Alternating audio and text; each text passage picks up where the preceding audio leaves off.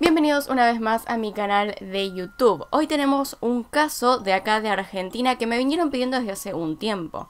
¿Saben por qué me pidieron este caso? Es que se supone que es la historia en la cual se basaron para hacer una película muy reciente que es Acusada, que tiene de protagonista a Lali Espósito. Digo esto porque probablemente lo reconozcan más, porque estuvo publicitada por todas partes con la cara de Lali Espósito en el medio.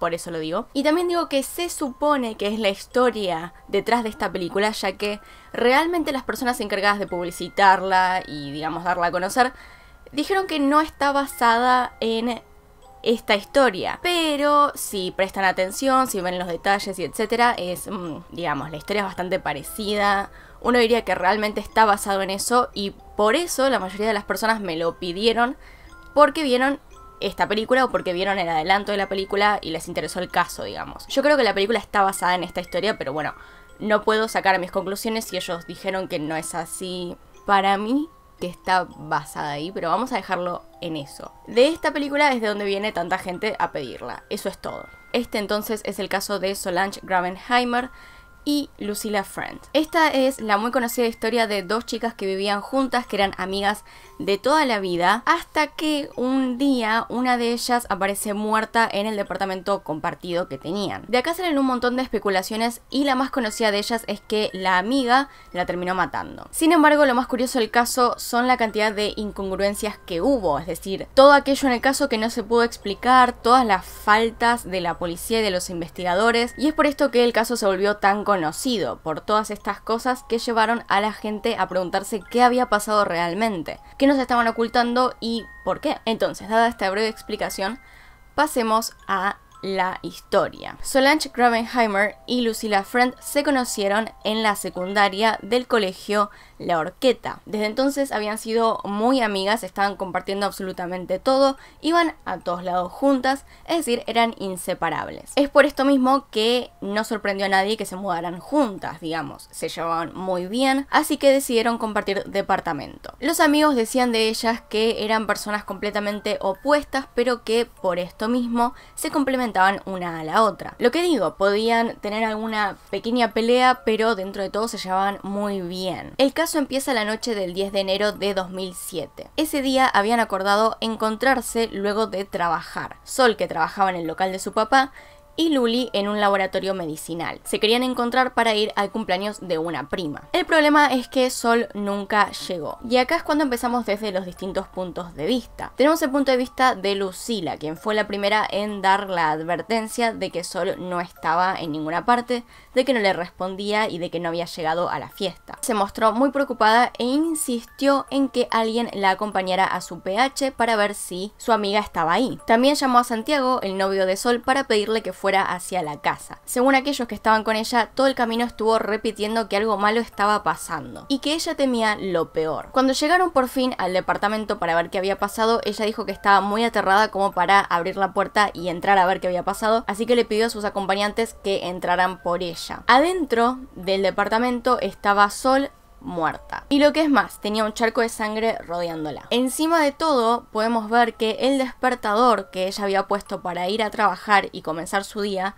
estaba sonando sin parar. Cuando llegó la policía por fin a investigar el cuerpo, le dijo el fiscal a Lucilla que entrara de una vez a ver si le habían robado algo, a ver si ese había sido el motivo por el cual su amiga estaba muerta. Lucilla entró, pero confirmó después que no les habían sacado nada. Y obviamente también se impactó muchísimo al ver a su amiga y no paraba de decir que estaba completamente impactada por lo que había visto. Ahora pasemos a lo que sería el punto de vista de Solange, lo que había pasado hasta donde tenemos conocimiento. Solange a las 22:42 del 9 de enero de 2007 le envió el último mensaje a su novio. Este es el último mensaje que ella mandaría en toda su vida. Es lo último que sabemos que ella envió. Le dijo que ya había llegado a su PH y que estaba por irse a dormir. Unos minutos más tarde se preparó para dormir y se echó a la cama, antes poniendo el despertador que luego estaría sonando en la escena del crimen. Sabemos más o menos todo lo que estaba pasando esa noche, por ejemplo que llovía, que ella había fumado un poco antes de irse a dormir y que se había puesto la placa de los dientes, esta que se pone antes de dormir, para acostarse, es decir, lo normal, la rutina normal como si nada hubiese pasado, simplemente se fue a dormir como siempre lo hacía. Pero esto es realmente todo lo que sabemos concretamente qué pasó desde que mandó el último mensaje hasta que apareció muerta. Esos son todos los detalles. Ahora, obviamente, lo primero que se hizo fue tomarle la declaración a Lucila, que era la amiga que supuestamente debería haber notado si algo pasaba. El fiscal ya sospechaba de ella, dado varias cosas en realidad, tal vez algún que otro comportamiento sospechoso, y esta es la declaración que dio Lucila.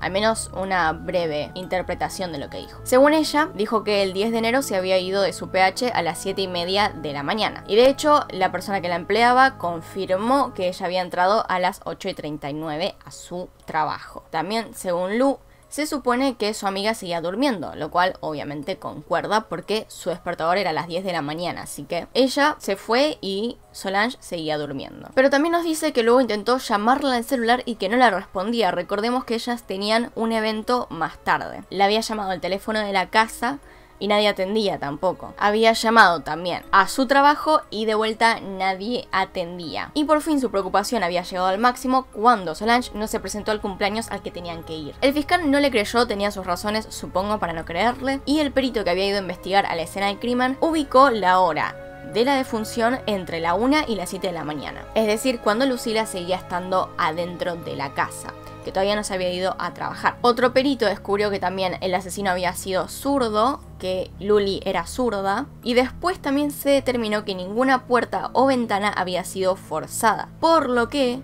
en realidad solo pudieron haber entrado personas que o hayan entrado por algún lugar que estuviese abierto o que no fuesen extraños, es decir, que tuvieran la llave del PH. Obviamente lo primero que se supuso es que ellas tenían problemas de convivencia, de que, digamos, aunque se llevasen bien normalmente, habían tenido alguna especie de pelea recurrente y que por esto Luli mató a Solange. De todos modos, se la llevó a juicio oral en el 2011 y después quedó absuelta. Esto de que quedó absuelta llegó de la mano de que de repente empezaron a haber varias incongruencias, como por ejemplo que vimos que el primer perito había dicho que el crimen había pasado de la 1 de la madrugada a las 7. Pero después vino otro y dijo, no, pasó de la 1 a las 9. Y después el médico de la división de homicidios ubicó la muerte de Solange entre las 7 y las 10 de la mañana. Es decir, que a las 7:30 Lu ya no estaba en el departamento como para haber cometido el crimen. Y estas incongruencias con el horario son importantes. Ahora, ¿por qué estaban estas incongruencias, no? Bueno, déjenme decirles el increíble e irracional fallo que tuvo el forense que fue a la escena. Prepárense, no llevó el termómetro. Se darán cuenta que el termómetro es una cosa bastante importante para determinar la temperatura del cadáver, ya que eso determina más o menos cuánto tiempo pasó desde que se murió. Es muy importante, muy importante. A ver, es irracional, es completamente fuera de lo común que alguien que va a hacer su trabajo se olvide de una herramienta tan indispensable. Después del juicio oral al que fue sometida Lu, quedó absuelta. Pero pasemos a ver los detalles del caso, que son lo más entretenido de esto y también lo que nos va a llevar a entender por qué se hizo tan conocido. Vamos al primer detalle, que obviamente son los horarios. La primera autopsia, realizada por Juan Cheuquel y Gloria Pellegrini, estableció que el crimen fue entre las 5 de la mañana, cuando Lucila estaba en la casa, y las 17, cuando estaba afuera. Obviamente este horario tan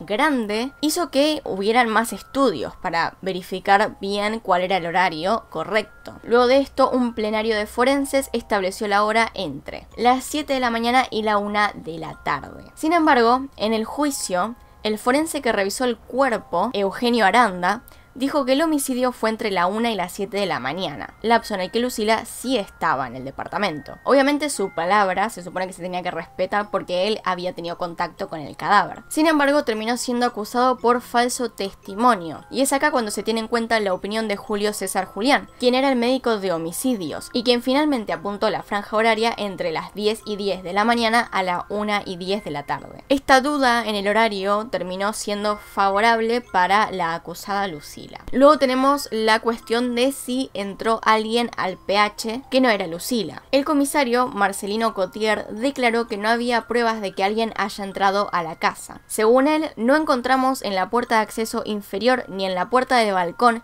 de la habitación de la víctima signos de violencia. Lucila, en cambio, aseguró que esa puerta del balcón no cerraba bien. Según ella, estoy casi segura de que la puerta estaba abierta. No se podía cerrar con llave porque estaba rota. Cottier, de todas formas, dio más argumentos. Según él, era un día con lluvia, no se encontraron pisadas ni ningún signo de barro o arenilla. Aún así, un perito de la familia de Solange señaló que el cuerpo había sido movido después del crimen. Según él, la habían matado en la cama y horas después la tiraron al piso, que es así como apareció cuando la descubrieron. El perito Raúl Torre agregó un dato. En el muslo derecho de Sol quedó estampada la marca de un encendedor tipo Bic, que después no se halló en la escena del crimen. Creo que es un dato importante en realidad. Y él explica que una posibilidad es que haya movido el cadáver para recuperar ese encendedor, que podría incriminar a alguien. Lucila no fuma, pero Sol sí. El tercer dato tiene que ver con una de las cosas que les dije al principio, que a Sol se la descubrió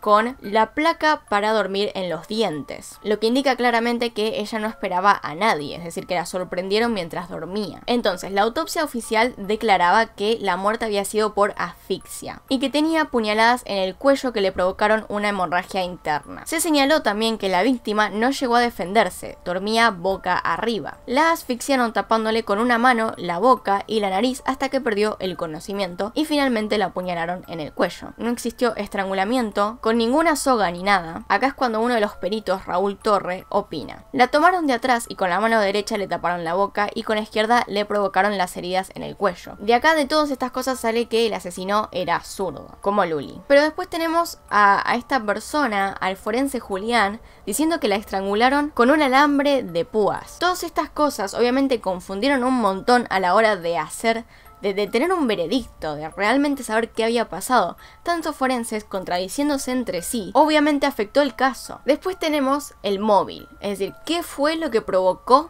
que en todo caso el asesino o la asesina mataran a Solange? No hay testigos, de principio a fin no hay testigos, así que no sabemos realmente qué pasó. Según peritos, las heridas que habían sido provocadas en el cuerpo de Solange eran por ira, es decir, alguien le tenía rabia como para matarla de esta forma, por lo cual ya podemos decir que fue o un crimen pasional o que se habían peleado fuerte o alguna de estas cosas. Se descartó un ataque sexual ya que el cuerpo no parecía tener esas indicaciones, pero obviamente había agresión. Es decir, no había violación, pero tampoco era un robo. La persona detrás de esto tenía que tenerle alguna clase de rabia, tenía que estar enojada con Solange. Eso es realmente todo lo que sabemos. Lo que tenemos como posibilidad para saber qué pasó es que una compañera de trabajo de Solange declaró que tenía problemas de convivencia con Lucila. Eso es realmente todo lo que sabemos, que tal vez se habían peleado. Dijo que ella le había contado que tenía problemas de convivencia y que planeaba irse a vivir sola. Marcos, que era el hermano de Sol,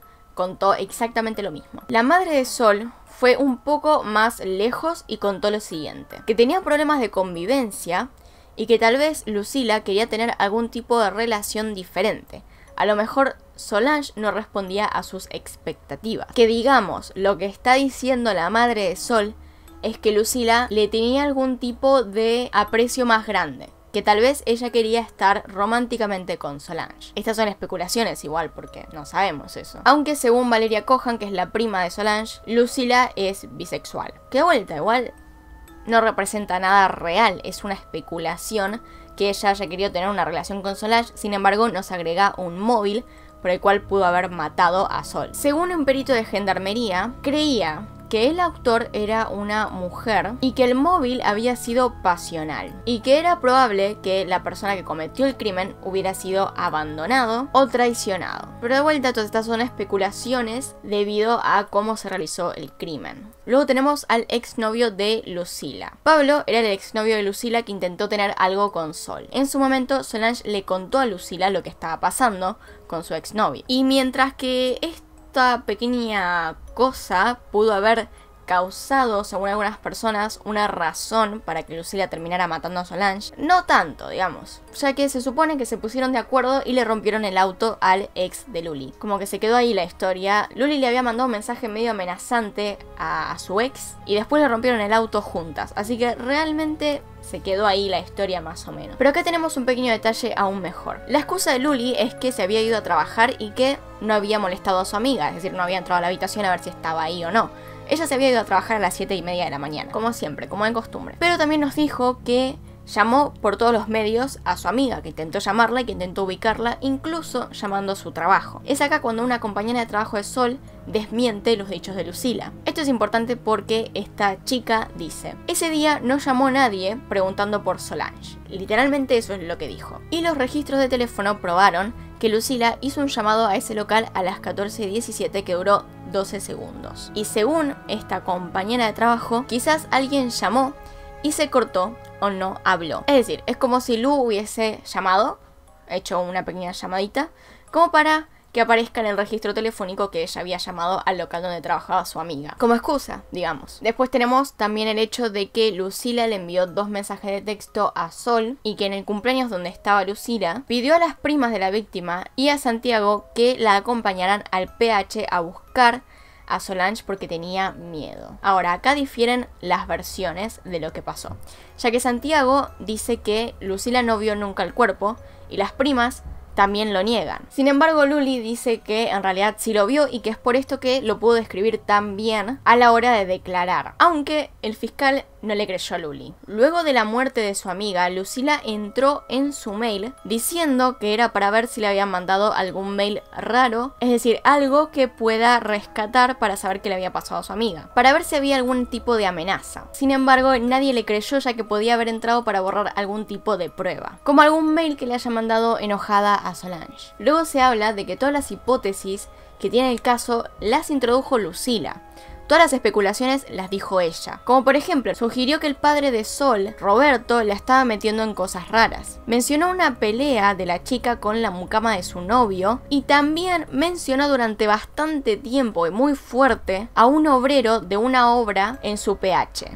Todo esto basado en un supuesto mensaje de texto que le había mandado un obrero diciendo que le gustaba Sol. Luego añadió que uno de los albañiles entraba al PH por la puerta del balcón para hacer refacciones. Uno de los peritos dijo que en la obra había pisadas unidireccionales hacia el PH y que el albañil señalado faltó a trabajar el día del crimen, pero estuvo por la zona. Esto obviamente inculpaba al albañil, pero no probaba nada. Se cuestionó también muchísimo al fiscal de la causa, ya que muchas personas percibían que él intentaba hacer culpable a Lucila. Primero que nada había pasado este incidente de que la habían obligado, mientras daba el testimonio, a que le pusiera un cable en el cuello a un gendarme, haciendo como que lo asfixiaba. Y de ahí el fiscal sacó que Lucila podía ser la culpable porque había hecho una maniobra que solo conocían los peritos. Muchas personas pensaron que realmente la estaba intentando inculpar con todo lo que podía, y que a causa de este fiscal y a causa de los forenses, los peritos, no se pudo resolver